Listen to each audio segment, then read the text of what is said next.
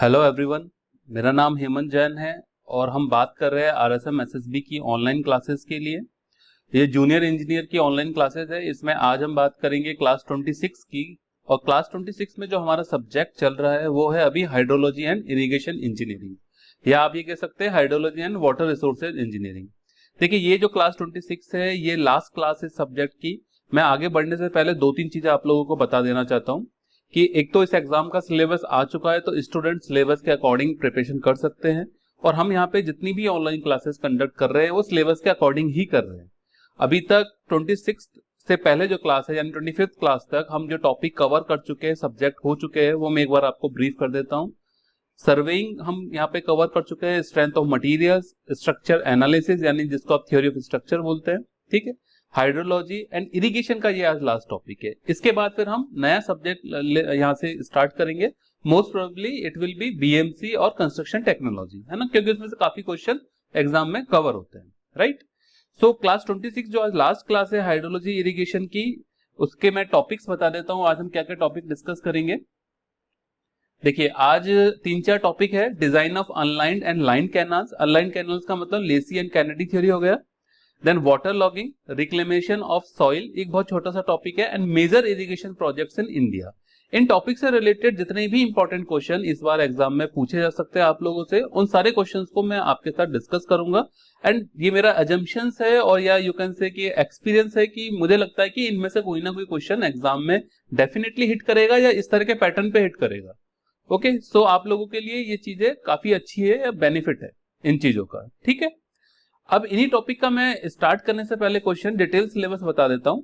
पहला टॉपिक है sediment transport and Shields expression, ठीक है। दूसरा है assumptions, concept and limitation of both Kennedy and Lacey's theory of design of unlined canals, ठीक है। अनलाइन चैनल्स के लिए दो थ्योरी जैसा कि मैंने बताया था, लेसी एंड कैनेडी थ्योरी है। तो कैनेडी थ्योरी पहले आई थी, तो कैनेडी थ्योरी के ड्रॉबैक है वो लेसी ने काफी मिटिगेट की है। देन उसके बाद लेसी ने अपनी थ्योरी दी, बट उनके भी कुछ ड्रॉबैक थे। तो इनसे रिलेटेड जितने भी क्वेश्चन बन सकते हैं हम बात करेंगे। इनके कुछ मैथमेटिकल फॉर्मूले हैं जो कि डिजाइन ऑफ अनलाइन कैनाल्स, जिसको हम रिजाइन थ्योरी भी बोलते हैं, उसके ऊपर बेसिस है, ठीक है। देन उसके बाद हम आ जाते हैं लाइन कैनाल पे। तो लाइन कैनाल और अनलाइन कैनाल के बीच का एक टॉपिक है वाटर लॉगिंग। तो वाटर लॉगिंग के कॉजेज क्या हो सकते हैं और उसको कंट्रोल कैसे किया जा सकता है, क्योंकि वाटर लॉगिंग से बेसिकली कल्टीवेशन जो आपकी खेती की है वो एडवर्सली अफेक्टेड होती है, इसलिए वाटर लॉगिंग को कंट्रोल करना बहुत जरूरी है। तो वो हम यहाँ पे उससे रिलेटेड क्वेश्चंस लेंगे, ठीक है। देन उसी से रिलेटेड अगला टॉपिक है leaching and leaching requirement of A soil, ठीक है ना, LR जिसको बोलते हैं लीचिंग रिक्वायरमेंट। इसके ऊपर एक मैथमेटिकल क्वेश्चन भी बनता है, वो भी मैंने आज लिया है आपके साथ।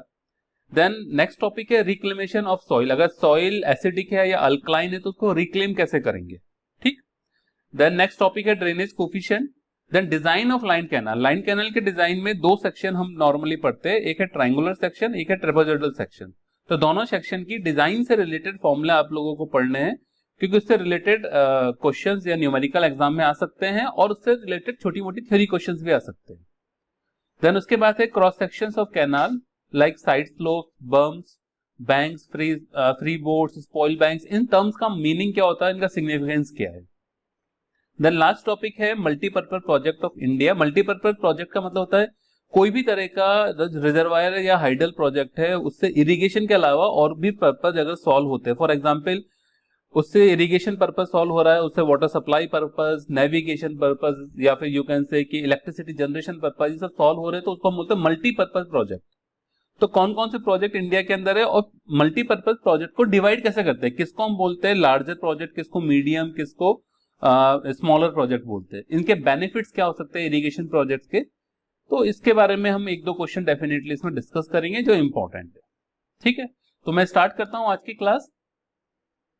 पहला क्वेश्चन है आज, फॉर अनप्रोटेक्टेड साइड स्लोप, ठीक है। अनप्रोटेक्टेड साइड स्लोप का मतलब होता है कि अनलाइन कैनाल की हम बात कर रहे हैं यहाँ पे। The ratio of shear stress required to move a grain on a canal bed to a side slope, ठीक है ना। जैसे ये कैनाल है, मान लो ट्रेपेजोइड सेक्शन है कैनाल का, तो ये वाला जो पोर्शन है that portion is called side slope, और ये इसको नीचे बोलते हैं बेड। तो बेड पे जो शियर स्ट्रेस इंड्यूस होगा और जो साइड स्लोप पे शियर स्ट्रेस इंड्यूस होगा, उनका रेशियो पूछा है। शियर स्ट्रेस क्यों इंड्यूस होगा, जो पार्टिकल या सेडिमेंट है उसको लिफ्ट करने के लिए, उसको सस्पेंशन में लाने के लिए, जो बेसिकली अनलाइन कैनाल का कॉन्सेप्ट लेसी या कैनेडी ने दिया था। वो यही बोला था कि जो सिल्ट है कैनाल के अंदर, ना तो वो सेटल होती है, ना तो साइड में, मतलब साइड जो स्लोप है वहां पे, ना बेड पे, वो सस्पेंशन में रहती है ऑलवेज, है ना। सस्पेंशन में रहेगी तो सेटल, अगर वो सेटल हो जाएगी तो जो रिजर्वायर या कैनाल है उसकी कैपेसिटी को कम करेगी, ठीक है। और दूसरा क्या करेगी, अगर वो सेटल होगी तो स्कोरिंग भी कर सकते हैं, मतलब वहां से सरफेस को खराब भी कर सकती है, क्योंकि वेलोसिटी के साथ वो मूव करेगा पार्टिकल, तो सरफेस को खराब भी कर सकता है, स्कोर कर सकता है, ठीक है ना। स्कोर मतलब SCOUR, राइट। तो इन्होंने बोला था कि सिल्ट सस्पेंशन में रहेगी, तो सस्पेंशन में लाने के लिए सिल्ट पार्टिकल को जो शियर स्ट्रेस हम प्रोवाइड करा रहे हैं, या शियर स्ट्रेस जो इंड्यूस होता है कैनाल के बेड के पार्टिकल के लिए और साइड स्लोप के पार्टिकल के लिए, उन दोनों शियर स्ट्रेस का रेशियो क्या होता है, ये क्वेश्चन में पूछा है। देखिए, actual shear stress on canal bed पे कितना होता है, गामा WRS। यहाँ पे R क्या है, HMDN यानी हाइड्रोलिक मीन डेप्थ, S जो है बेड स्लोप है, ठीक है। और कैनाल साइड स्लोप की बात करेंगे तो ये 0.75 गामा WRS होता है। Gamma W unit weight of water है, तो इन दोनों का रेशियो यानी τ0 upon τ0 dash equal to 1 upon 0.75 यानी 1.33। तो आंसर बन गया हमारे पास बी ऑप्शन, ठीक है। नेक्स्ट क्वेश्चन है, beyond the threshold stage of motion in A canal the dunes will only form if size of sediment in canal is. देखिए, जो कैनाल के बेड पे जो सिल्ट पार्टिकल है या कैनाल के बेड के पार्टिकल्स है ना, क्योंकि कैनाल अनलाइन कैनाल की हम यहाँ पे बात कर रहे हैं, तो अनलाइन कैनाल के जो बॉटम है यानी बेड है, वो भी जो पार्टिकल होंगे वो सिल्ट पार्टिकल है, सेडिमेंट्स होंगे। जब वाटर की फ्लो वेलोसिटी बहुत ज्यादा होती है तो सेडिमेंट्स लिफ्ट होते हैं या सेडिमेंट इधर से उधर होते हैं, जिससे कि कैनाल की शेप बिगड़ सकती है, ठीक है ना, कैनाल की शेप चेंज हो सकती है। तो लो वेलोसिटी पे क्या होता है, bed does not move. Bed does not move का मतलब है जो सेडिमेंट है वो मूव नहीं करते हैं, but it goes on assuming different shape as velocity increase. जैसे ही फ्लो की वेलोसिटी बढ़ती है तो वो बेड मूवमेंट यानी कैनाल का जो शेप है वो चेंज हो सकता है, ठीक है ना। When velocity is gradually increased, then a stage is reached when the sediment load comes just at the point of motion। यानी मतलब फ्लो वेलोसिटी जब इतनी बढ़ जाती है कि जो सेडिमेंट है, जो सेटल्ड सेडिमेंट है बेड पर, ठीक है ना, या यू कैन से बेड है कैनाल का, वो मोशन में आने वाला होता है, ठीक है ना। इतनी फ्लो वेलोसिटी बढ़ जाती है कि उसको लिफ्ट कर सकते हैं या इधर उधर मूव कर सकते हैं। उस टाइम जो स्टेज होती है, that stage is called threshold stage of motion. कौन सी स्टेज है थ्रेशोल्ड स्टेज, जबकि कैनाल का बेड जो है जस्ट लिफ्ट हो सकता है या इधर मूव कर सकता है क्योंकि फ्लो की वेलोसिटी बहुत ज्यादा हो गई है। क्वेश्चन में पूछा है beyond the threshold stage of motion. Threshold stage of motion है उसकी तो मैं बात कर चुका हूं क्या होता है, इसके बाद की बात हम बात कर रहे हैं, ठीक है। तो थ्रेशोल्ड स्टेज आने के बाद अगर फर्दर इंक्रीज बढ़ती है तो इसका मतलब कैनाल बेड मूव कर रहा है, यानी उसकी जो शेप है वो डिस्टॉर्ट होती है, ठीक है ना। तो कैनाल बेड की जो शेप है या कैनाल बेड है वो एक तरीके की शेप है, basically saw tooth type ripples जो होती है ना, वो एक तरह की शेप है। तो इस तरह की शेप में कन्वर्ट होता है और फिर फर्दर वेलोसिटी इंक्रीज होती है तो ये शेप तो डिसअपियर हो जाती है और ड्यून्स बन जाते हैं, ठीक है ना। ड्यून्स की शेप आ जाती है, जैसे आपने डेजर्ट एरिया में ड्यून्स देखे, इस तरह के ड्यून की शेप आ जाती है। जो ड्यून्स है में form in any grain size of sediment but ripples do not occur if the size of bed particle is coarser than 0.6 mm, right. जो अभी तक हमने समझा कि थ्रेशोल्ड स्टेज ऑफ मोशन आ गई। थ्रेशोल्ड स्टेज ऑफ मोशन के बाद भी अगर फ्लो की वेलोसिटी इंक्रीज होती है तो जो कैनाल की शेप है वो बेसिकली, या यू कैन से जो कैनाल बेड है वो क्या है, saw tooth type ripples develop करता है पहले, उसके बाद ड्यून डेवलप करता है। ड्यून डेवलप करेगा तो वेलोसिटी बहुत ज्यादा हो जाएगी एंड इन दैट केस जो सॉ टूथ रिपल है वो गायब हो जाएंगे। नॉर्मली सॉ टूथ रिपल कब गायब होते हैं, जबकि कोर्सर पार्टिकल जो बेड पर है उसकी साइज 0.6 mm से ज्यादा होती है, तो यानी सिर्फ ड्यून ही होंगे। तो यहाँ पे क्वेश्चन में पूछा था ड्यून्स विल ओनली फॉर्म, ठीक है ना, यानी जो सॉ टूथ टाइप रिपल्स है वो रिपल्स नहीं ओनली ड्यून हो। वो कब होगा, जबकि जो पार्टिकल है, जो बेड पे पार्टिकल है या कैनाल बेड है उसका जो पार्टिकल है, कोर्सर पार्टिकल है, उसका साइज 0.6 mm से ज्यादा हो। तो करेक्ट आंसर क्या हो जाएगा, ए ऑप्शन। थोड़ा सा कॉन्सेप्चुअल क्वेश्चन है, ठीक है। क्वेश्चन नंबर 3 है, an unlined channel is said to be stable channel if there is no silting take place but cannot say about scoring, no scoring take place but cannot say about silting, silting and scoring both are take place but discharge remains constant, neither silting nor scoring take place। देख बहुत simple सी चीज है, जब भी हम किसी channel को Lesi Kennedy के हिसाब से रिजाइम चैनल मानते हैं, स्टेबल चैनल मानते हैं, अनलाइन चैनल को, वो तभी पॉसिबल है जबकि जो सिल्ट पार्टिकल है ना तो वो सेटल्ड हो रहा है यानी सिल्टिंग नहीं हो रही है और ना ही स्कोरिंग हो रही है, एंड जो डिस्चार्ज है वो भी कांस्टेंट है। तो यहाँ पे सिल्टिंग और स्कोरिंग की बात कर रहे हैं, तो neither silting nor scouring take place, यानी डी ऑप्शन करेक्ट है। An unlined channel is called stable or resign channel if channel should flow uniformly in coherent silt। Incoherent silt का मतलब है, कोहेजन क्या होता है, बेसिकली अट्रैक्शन होता है पार्टिकल टू पार्टिकल, ठीक है। इनकोहेरेंट सिल्ट यानी it is just like a sand जिसके बीच में पार्टिकल टू पार्टिकल अफेक्शन नहीं है, ठीक है ना। कहने को तो सिल्ट बोल रहे हैं, देखिए इसमें जो लेसी ने जो थ्योरी दी है या कैनेडी ने थ्योरी दी है, इनकी थ्योरी में बहुत सारे एजम्पशंस थे। फॉर एग्जांपल में ये टर्म आप हमेशा यूज करते हैं, इनकोहेरेंट सिल्ट। आप सॉइल में पढ़ते आए हैं कि सिल्ट और क्ले को हम किस कैटेगरी में रखते हैं कि क्ले में तो पार्टिकल टू पार्टिकल कोहेजन सबसे ज्यादा होता है, सिल्ट में कम होता है क्ले से, बट सैंड से तो बहुत ज्यादा होता है। जबकि ये क्या बोल रहा है, सिल्ट है लेकिन वो इनकोहेरेंट नेचर की है, यानी पार्टिकल टू पार्टिकल अट्रैक्शन नहीं है। तो ये एक एजम्पशन है इनका, ठीक है ना। तो ये बोल रहे हैं कि सिल्ट सस्पेंशन फॉर्म में रहे, सिल्ट सस्पेंशन कम में रहेगी, जबकि ना तो सेटल होगी ना ही साइड को स्कोर करेगी, ठीक है, जैसा कि मैं पहले क्वेश्चन में ही मैंने आपको बताया। तो hence neither silting nor scouring would take place in the channel as well as the discharge is always constant for stable channel. तो करेक्ट आंसर क्या हो जाएगा इसमें, डी ऑप्शन। क्वेश्चन 4 है, आरजी कैनेडी, कैनेडी है अपने, ठीक है, carried out extensive investigations in the filling the blanket to select some straight reaches those had not posed any problem of silting and scoring since long time। जो Kennedy है उन्होंने जितने भी अपने एक्सपेरिमेंट या इन्वेस्टिगेशन किए थे वो अपर बारी दोआब कैनाल सिस्टम के अंदर किए थे, ठीक है। जो कैनेडी है बेसिकली या थे वो क्या थे, एक्सीएन थे, यानी executive engineer of Punjab PWD department के थे। 1895 के अंदर उन्होंने ये इन्वेस्टिगेशंस किए थे जिसके बेसिस पर कैनेडी थ्योरी आई है, ठीक है ना। और पंजाब की बात है तो अपर बारी दोआब कैनाल सिस्टम पंजाब के अंदर ही है, ठीक है ना। इस कैनाल के ऊपर किए थे क्योंकि इस कैनाल के अंदर बहुत लॉन्ग टाइम से सिल्ट जो है सस्पेंशन के अंदर ही मूव कर रही है, यानी एक स्ट्रेट रीच में मूव कर रही है, ठीक है। और वहां पे इट मींस क्या, सिल्टिंग और स्कोरिंग दोनों नहीं हो रही है लॉन्ग टाइम से, ठीक है ना। तो ये लिखा है had not posed any silting and scoring problem for a long time in the past. तो कैनेडी ने एक्सपेरिमेंट करने के लिए जो अपनी प्रैक्टिकल साइट सेलेक्ट की वो अपर बारी दोआब कैनाल सिस्टम में की, क्योंकि वहां पे लॉन्ग टाइम से सिल्टिंग एंड स्कोरिंग की प्रॉब्लम नहीं देखी गई है, ठीक है ना। तो उनका एक्सपेरिमेंट कहां हुआ है, upper Bari Doab canal system में। Question 5, water logging leads to salinity healthy cultivation. ये तो बिल्कुल गलत है, हेल्दी कल्टीवेशन, क्योंकि कल्टीवेशन तो रिड्यूस हो जाएगा। फ्लक्चुएशन इन जीडब्ल्यूटी यानी ग्राउंड वाटर टेबल तो कंटिन्यूसली इंक्रीज होती है, क्योंकि वाटर लॉगिंग का मतलब होता है पानी का इकट्ठा होना, तो ग्राउंड वाटर टेबल तो ऑब्वियसली इंक्रीज होगी, तो फ्लक्चुएशन नहीं हो रहा, वो ऑलवेज इंक्रीज होगी। ह्यूमिडिटी एक रीजन है, वाटर लॉगिंग से वजह से ह्यूमिडिटी डेफिनेटली इंक्रीज होती है, बट ए और डी में अगर देखा जाए तो बेस्ट करेक्ट आंसर है वो ए आंसर है, ठीक है ना। ह्यूमिडिटी को हम गलत नहीं कहेंगे, ह्यूमिडिटी डेफिनेटली वाटर लॉगिंग की वजह से होती है, और मॉस्किटो ब्रीड्स होती है वो वाटर लॉगिंग की वजह से ही होती है और ह्यूमिडिटी की वजह से होती है। बट इन दोनों में से ए और डी ऑप्शन में से सैलिनिटी बेस्ट ऑप्शन है। देखिए क्या होता है ना कि जब वाटर लॉगिंग हो रही है तो ग्राउंड वाटर टेबल ऊपर की तरफ बढ़ रही है, तो जब ग्राउंड वाटर टेबल ऊपर की तरफ बढ़ रही है सॉइल के पोर्स के थ्रू, ठीक है ना, ग्राउंड वाटर टेबल अभी यहाँ है, यहाँ पे ये ग्राउंड लेवल है, तो ये जब वाटर टेबल है ये ऊपर की तरफ बढ़ रही है यानी ग्राउंड पे आ रही है, ठीक है ना। कैसे आ रही है, सॉइल के पोर्स के थ्रू आ रही है, कैपिलरी फ्रिंजेस की फॉर्म में। तो यहाँ पे क्या है, वो अपने साथ साथ जब ऊपर आती है तो सॉल्ट्स को भी, सॉइल के जो सॉल्ट्स है उनको भी ऊपर लेके आ जाती है, और रूट जोन के अंदर सॉल्ट का कलेक्शन हो जाता है, इसका मतलब सैलिनिटी इंक्रीज हो जाती है, राइट।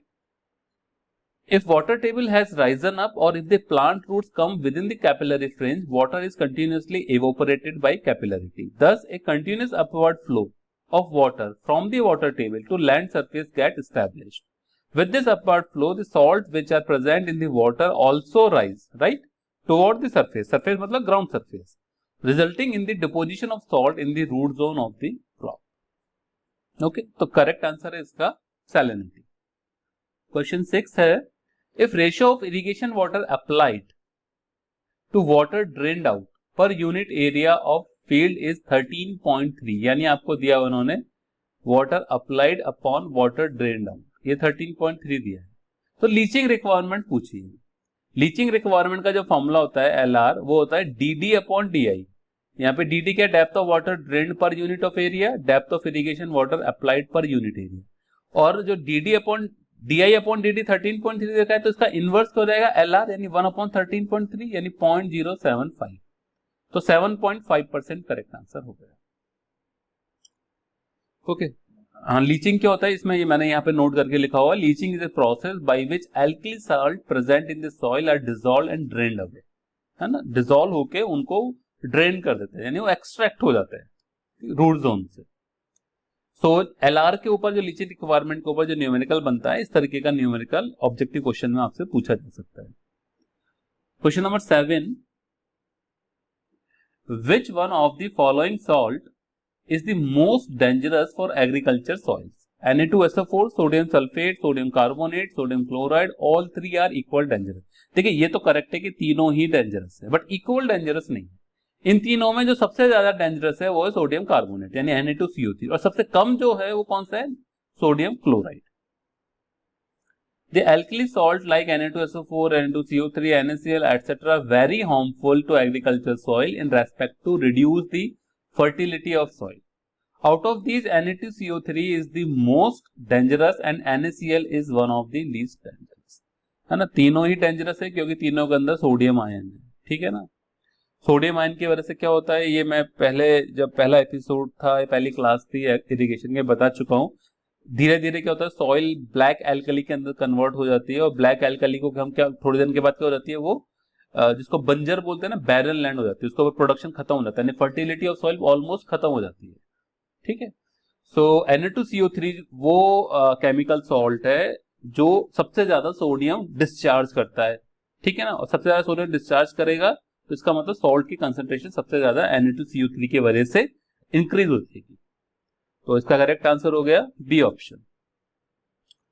क्वेश्चन 8 है, alkaline soils are best reclaimed by. देखिए दो तरह की सॉइल हो सकती है, एक अल्कलाइन हो सकती है, एक अल्कलाइन सॉइल की बात कर रहा हूं मैं यहाँ पे, और एक हो सकती है सॉइल का नेचर हो एसिडिक हो सकती है। वैसे अल्कलाइन सॉइल की प्रोबेबिलिटी ज्यादा होती है।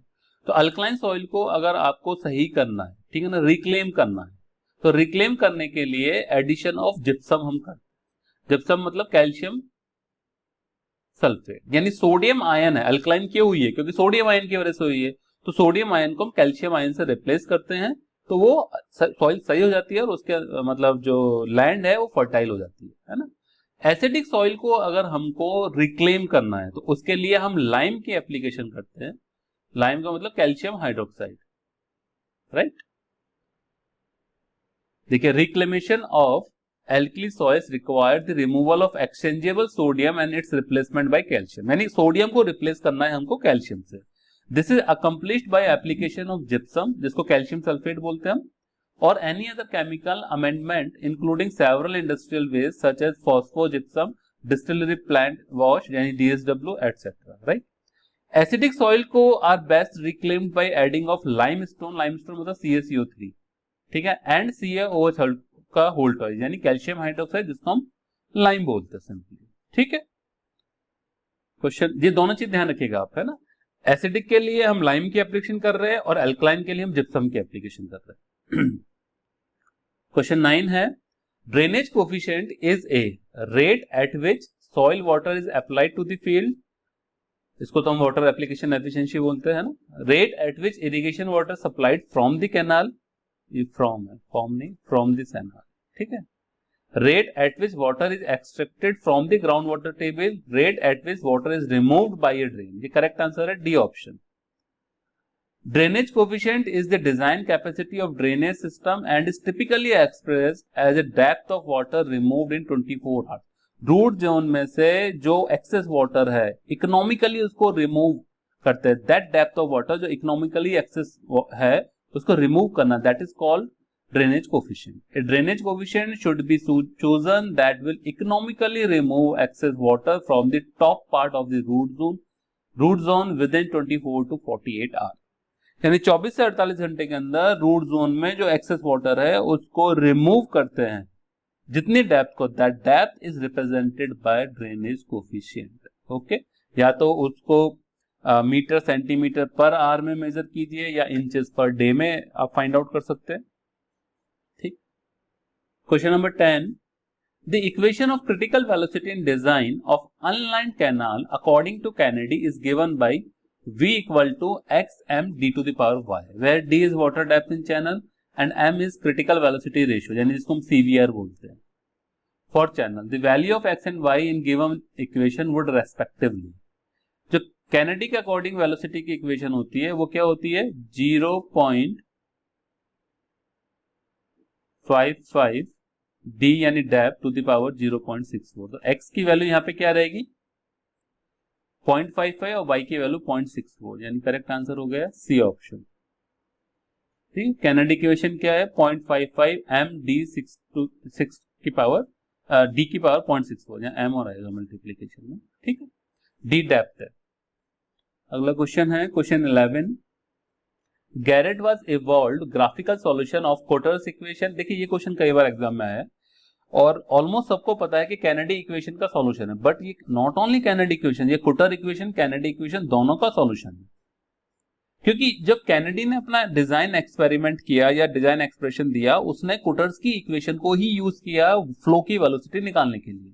तो ये कैनेडी के साथ साथ कोटर इक्वेशन का भी सॉल्यूशन है। एक्चुअली कोटर और कैनेडी की इक्वेशन मैथमेटिकल इक्वेशन है, तो मैथमेटिक्स को सेव करने के लिए गैरेट ने ग्राफिकल रिप्रेजेंटेशन किया इन्हीं की सॉल्यूशंस का या इन्हीं के रिजल्ट्स का ग्राफिकल रिप्रेजेंटेशन किया, सो दैट कि मैथमेटिकल कैलकुलेशन सेव हो सके एंड टाइम बच सके। सबसे बड़ी बात है टाइम बच सके। ठीक है ना, तो दोनों ही इक्वेशन इसके अंदर इन्वॉल्व थी। A lot of mathematical calculations are required in designing irrigation channels by the use of Kennedy method. To save mathematical calculations, graphical solution of Kennedy's and Cotter equation was evolved by Garrett. Okay. Next question पे आते हैं, question 12. Find the velocity of Lacy's Rhesyme channel if channel flow at discharge, यानी Q दे दिया आपको 8.75 metre cube पर second with silt factor of F दे दिया 0.5, V निकालना है। तो कैनेडी की जो फंडामेंटल इक्वेशन है वो तीन इक्वेशन है। ठीक है, उन तीन इक्वेशन में से एक फंडामेंटल इक्वेशन है, सॉरी लेसी की तीन इक्वेशन है, उसमें से एक फंडामेंटल इक्वेशन है V equal to Q f square upon 140 to the power 1/6। Q की वैल्यू दे रखी है, F दे रखा है, इसको सॉल्व करेंगे तो 0.5 मीटर पर सेकेंड आएगा। देखिए इसका डायरेक्ट आंसर आएगा 0.5 मीटर पर सेकंड। सॉल्यूशन आसान है इसका, है ना, ऑब्जेक्टिव क्वेश्चन है, आपको कैलकुलेटर नहीं मिलेगा एग्जाम में, बट जब इसको सॉल्व करेंगे तो आपको स्टेप्स इस तरीके के बनेंगे, आपको फटाफट 0.5 पे आप क्लिक कर सकते हो। ठीक है, यानी ए ऑप्शन। 13 नंबर question, the shape of ideal channel according to Kennedy and Lacey regime theory was respectively B. Kennedy ने जो आइडियल चैनल दिया था वो क्या था, इनका ट्रेपेजोइडल चैनल था, और लेसी ने जो आइडियल चैनल दिया था वो बेसिकली क्या था, सेमी इलिप्टिकल शेप का था। राइट, सो करेक्ट आंसर होगा ट्रेपेजोइडल एंड सेमी इलिप्टिकल। ठीक है, कैनेडी का ट्रेपेजोइडल एंड लेसी का semi elliptical, B is correct answer. Question 14 है, according to Lacey's theory artificial channels are in. इसका करेक्ट आंसर है इनिशियल रिजाइम। एक्चुअली क्या होता है कि लेसी का कहना ये था कि आर्टिफिशियल चैनल में आप स्टेबल कंडीशन नहीं ढूंढ सकते। स्टेबल कंडीशन का मतलब होता है कि डिस्चार्ज कांस्टेंट हो, उसके अंदर सिल्ट सेटल ना हो यानी सिल्टिंग ना हो और स्कोरिंग भी ना हो। इस तरह का जो चैनल है दैट इज आइडियल चैनल। तो जो आर्टिफिशियल चैनल होता है उसमें इस तरह की पॉसिबिलिटी, मतलब इसमें पॉसिबल ही नहीं है। जो इमेजिनरी चैनल है उसी के अंदर ये चीज पॉसिबल हो सकती है, या फिर you can say natural channel के अंदर। ठीक है ना, नेचुरल चैनल को उन्होंने इमेजिन किया था। तो आर्टिफिशियल चैनल के अंदर आप initial regime and final regime तो आप बना सकते हो, लेकिन आप जो ट्रू रिजाइम है उसको फॉर्म नहीं कर सकते। ट्रू रिजाइम का मतलब होता है स्टेबल चैनल, जो कि जिसके अंदर की सिल्ट सेटल ना हो, ना ही स्कोरिंग हो, और डिस्चार्ज है वो कांस्टेंट रहे विद यूनिफॉर्मिटी। देखिए, a design channel shall be in true regime if it flow a constant discharge with constant silt, grade and charge of incoherent nature, right? But in practice these conditions are never been satisfied. ठीक है, and therefore artificial channels can never be in true resign. ये बहुत important line है। They are either being in initial resign or final resign. तो हमारे पास option initial regime है, तो C option is correct answer. अगर हम बात करेंगे नेचुरल चैनल की, तो natural channel can attain true regime, right, या imaginary channel can attain true regime, right artificial channel can never attain true resign. Next question है, which of the following is the India's largest lift irrigation project. Lift irrigation मतलब water को bottom level से या तो pump करके या किसी दूसरे तरीके से लिफ्ट करके ग्राउंड सरफेस पे लेके आना, ठीक है ना, और फिर उससे सप्लाई करना। तो जो इंडिया का सबसे बड़ा लिफ्ट इरिगेशन प्रोजेक्ट है वो है Kaleshwaram irrigation project, D option. ये कहां पर है? तेलंगाना स्टेट के अंदर है कालेश्वरम इरिगेशन प्रोजेक्ट। ये इंडिया का ही नहीं, वर्ल्ड का सबसे बड़ा लिफ्ट इरिगेशन प्रोजेक्ट है। The Kaleshwaram lift irrigation project is a multipurpose irrigation project on the Godavari river. कहां पर है? गोदावरी रिवर, ठीक है, कर्नाटका और तेलंगाना से निकलती है Godavari river. In Kaleshwaram, Bhupalpally, Telangana, India. Presently it is the world's largest multi stage lift irrigation project, ठीक है ना। मैंने तो यहाँ पे सिर्फ इंडिया का पूछा, ये वर्ल्ड का इस समय का सबसे बड़ा लिफ्ट इरिगेशन प्रोजेक्ट है।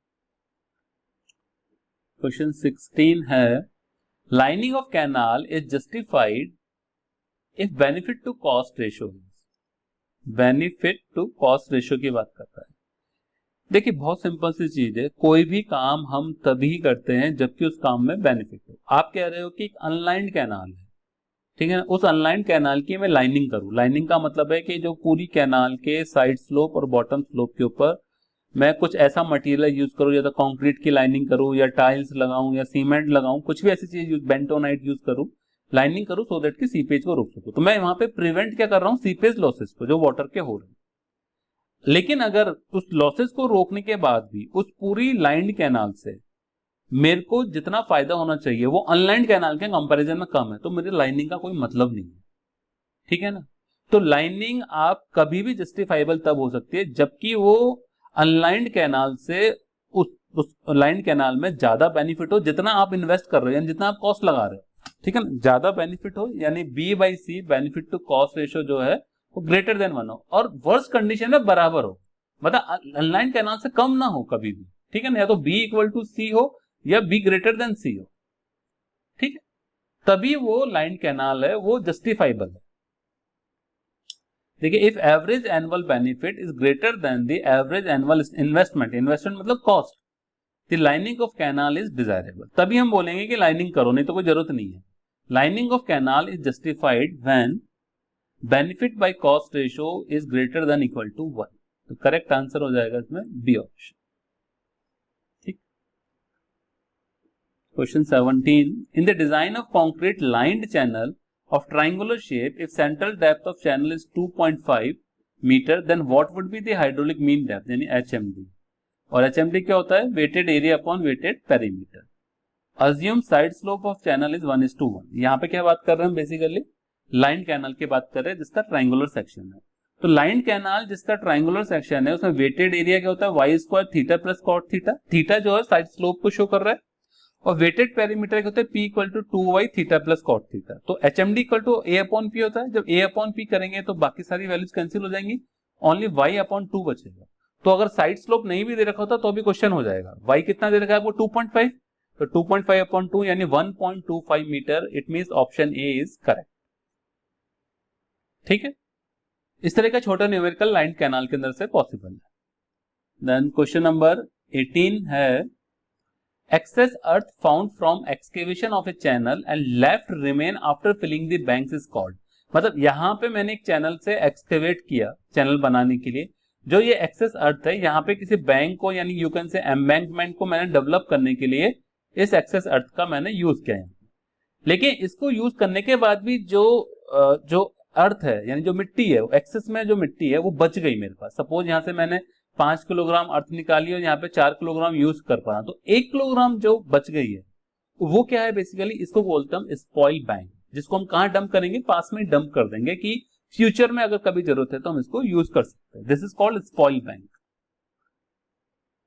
When the quantity of earth obtained from excavation और कटिंग ऑफ द चैनल, ठीक है, is in excess of the quantity required for forming the bank, यानी बैंक को फॉर्म करने के लिए जितनी क्वांटिटी चाहिए और जो हम एक्सकेवेशन से जो क्वांटिटी फाइंड आउट कर रहे हैं वो ज्यादा है एक्सकेवेशन वाली क्वांटिटी। तो जो एक्स्ट्रा अर्थ है, ठीक है ना, forming the bank and service road, then extra earth is usually deposited in the form of spoil bank, है ना, वो हम रख लेते हैं स्पॉइल बैंक की फॉर्म में कि फ्यूचर में इस चीज को हम यूज कर सके। Next question, the maximum permissible velocity for boulder lining is, इसका करेक्ट आंसर 1.5 मीटर पर सेकेंड है। देखिए अलग अलग लाइनिंग के लिए अलग अलग वेलोसिटीज है। The maximum permissible velocities in different type of lining, ये टेबल है। अगर सीमेंट कंक्रीट की लाइनिंग कर रहे हैं हम कैनाल में, तो जो मैक्सिमम परमिसिबल वेलोसिटी 2 से 2.5 मीटर पर सेकंड रहेगी।